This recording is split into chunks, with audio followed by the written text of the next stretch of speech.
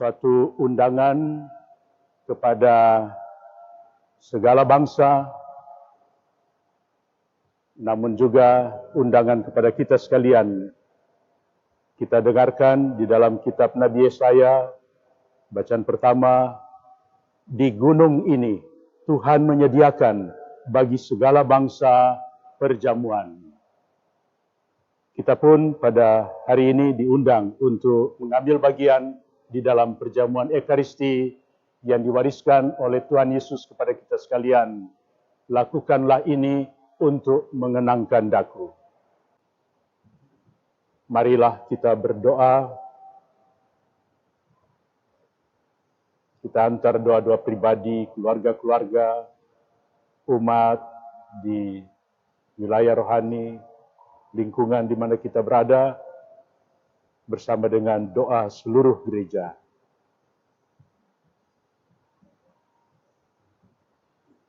Ya Allah, Engkau telah mengundang kami untuk ikut serta dalam perjamuan kudus-Mu, baik yang di dunia ini maupun kelak di surga.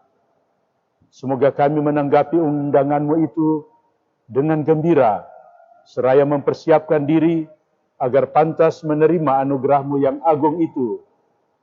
Dengan pengantaran Kristus Putra-Mu Tuhan kami, yang bersama dengan Dikau dalam persatuan Roh Kudus, hidup dan berkuasa Allah sepanjang segala masa. Amin. Saudara-saudara yang terkasih dalam Tuhan, pada perayaan Minggu biasa ke-28 ini, kita masih merayakan Ekaristi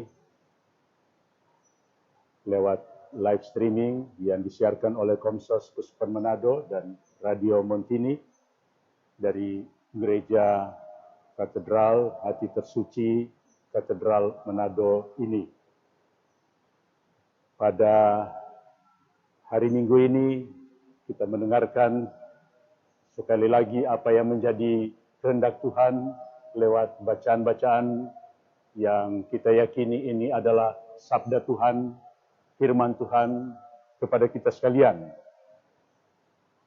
Dan dari dua bacaan pertama dan Injil menjadi jelas menggambarkan apa yang menjadi kehendak Tuhan bagi kita sekalian, yaitu untuk mengambil bagian dalam suatu perjamuan. Undangan untuk mengambil bagian di dalam pesta perjamuan. Saudara-saudara yang terkasih, kita dengarkan itu secara ringkas. Bacaan pertama mengatakan ayat 25, maksud saya Yesaya 25 ayat 6, di gunung ini Tuhan menghidangkan, menyediakan perjamuan bagi segala bangsa. Sedangkan dalam bacaan Injil, kita mendengarkan Yesus mengatakan, hal kerajaan surga itu seumpama seorang raja yang mengadakan perjamuan nikah untuk anaknya. Dan digambarkan untuk perjamuan nikah itu banyak hal sudah disiapkan. Pestanya yang ditandai juga dengan perjamuan. Saudara-saudara yang terkasih, perjamuan, makan bersama tentu adalah bagian dari kehidupan kita sehari-hari. Entah dalam bentuk kecil, kelompok, mulai dari keluarga, tapi juga dengan kelompok-kelompok yang lain di luar keluarga kita masing-masing. Lebih daripada itu, perjamuan, makan bersama itu merupakan suatu bentuk kecil, bentuk mini di mana kita boleh berinteraksi, berelasi dengan yang lain. Tentu kalau dalam keluarga itu levelnya kecil sekali. Apalagi kalau keluarga hanya terdiri dari suami istri atau suami istri dan satu anak. Tapi kita tentu mengalami berbagai bentuk perjamuan yang kita sudah ikut ambil bagian dalam rupa-rupa cara perjamuan yang lebih besar, yang melibatkan banyak orang. Perjamuan ini adalah bentuk kecil di mana kita berinteraksi, berelasi dengan yang lain. Duduk bersama, bercakap-cakap, dan bisa jadi juga dalam perjamuan semacam itu yang sering terjadi, diadakan rupa-rupa pembicaraan yang mengarah pada kesepakatan, perjanjian, dan seterusnya. Saudara-saudara yang terkasih, bacaan hari ini mengungkapkan undangan untuk datang ke perjamuan. Baik bacaan pertama, Tuhan menyediakan, menghidangkan perjamuan bagi segala bangsa. Bukan cuma satu bangsa, satu kelompok, tapi segala bangsa. Sedangkan dalam bacaan Injil diumpamakan tentang kerajaan Allah. Allah yang mau memimpin umat manusia ini, menggambarkan kerajaan Allah itu sebagai suatu perjamuan nikah, perjamuan perkawinan. Dan kita tahu apa artinya perjamuan perkawinan, apalagi diadakan oleh seorang raja, apalagi itu misalnya raja yang punya juga raja-raja kecil di mana-mana, mengundang tamu-tamu, mendaftar orang-orang yang datang ke perjamuan. Tetapi kita dengarkan tadi apa yang terjadi dengan rupa-rupa alasan mereka yang sudah didaftar ini menolak untuk datang. Bukan hanya itu, malah menangkap dan menganiaya, memukul, serta bahkan membunuh para pesuruh, para utusan yang mengantar undangan-undangan itu. Saudara-saudari, tentu kita bisa membayangkan apa yang menjadi sikap dari raja itu sudah disampaikan juga dalam bacaan tadi. Tapi yang menarik di dalam undangan ini, ketika ditolak oleh kelompok elit yang sudah terdaftar dalam daftar tamu itu, raja ini membuat suatu gebrakan. Gebrakan bagaimana? Suatu tindakan mendobrak peraturan dengan mengundang kelompok non-elit ke pesta nikah dengan mengatakan, undanglah setiap orang yang kamu jumpai di persimpangan-persimpangan. Kita tahu apa artinya itu persimpangan besar. Ada square, ada alun-alun di mana orang-orang berjumpa satu sama lain.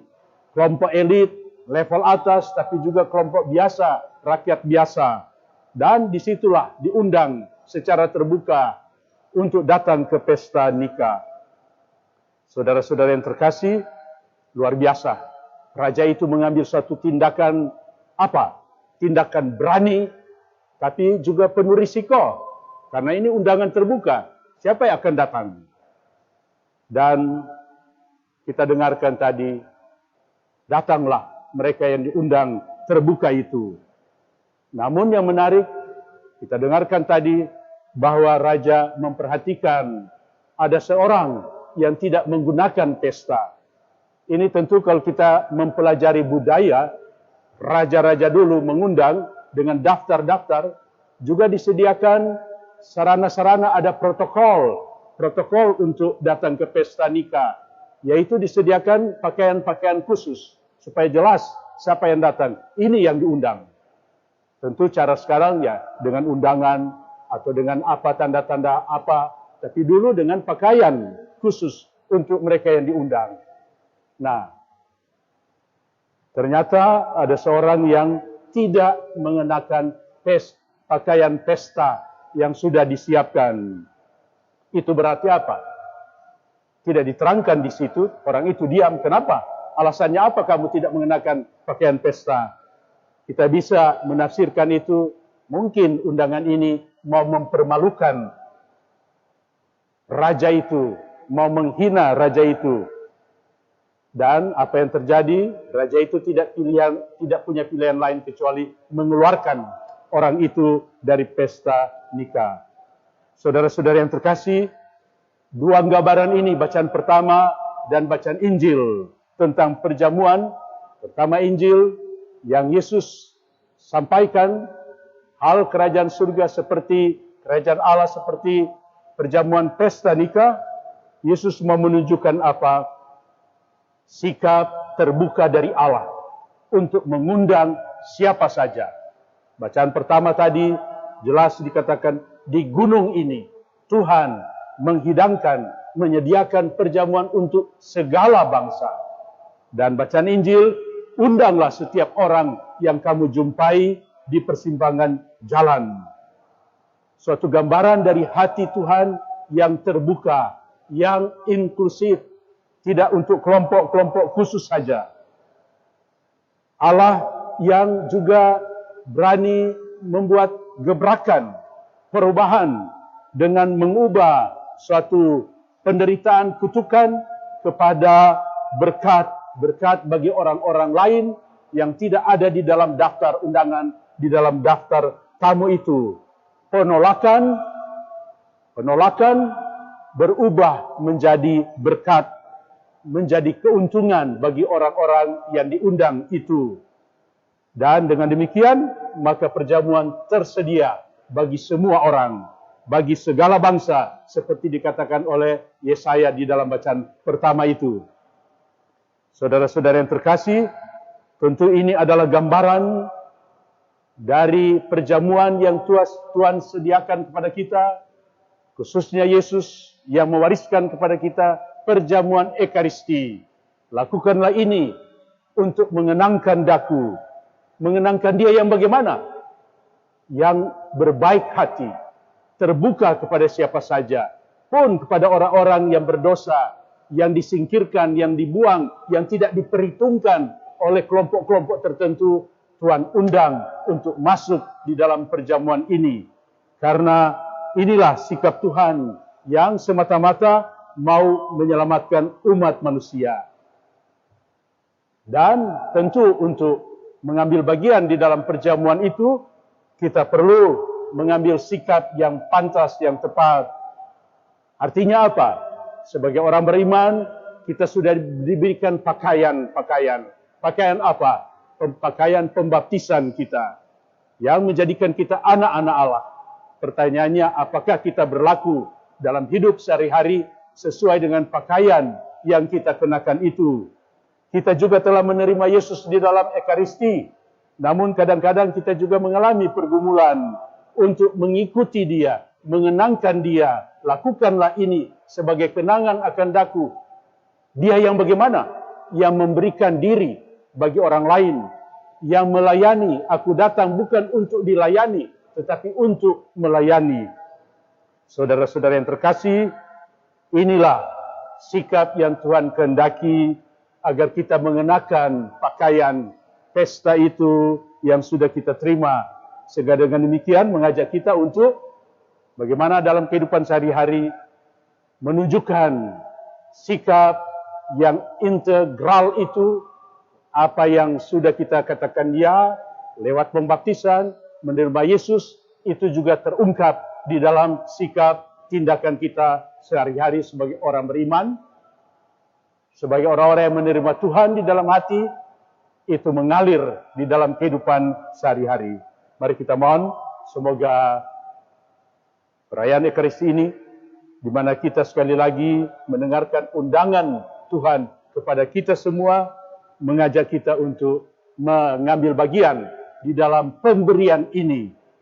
Namun tentu dengan suatu tuntutan untuk berlaku sebagai orang-orang yang merayakan itu. Merayakan pembaptisan kita, merayakan Ekaristi ini, bukan sebatas ibadah, tetapi di dalam kehidupan sehari-hari. Tuhan memberkati kita sekalian.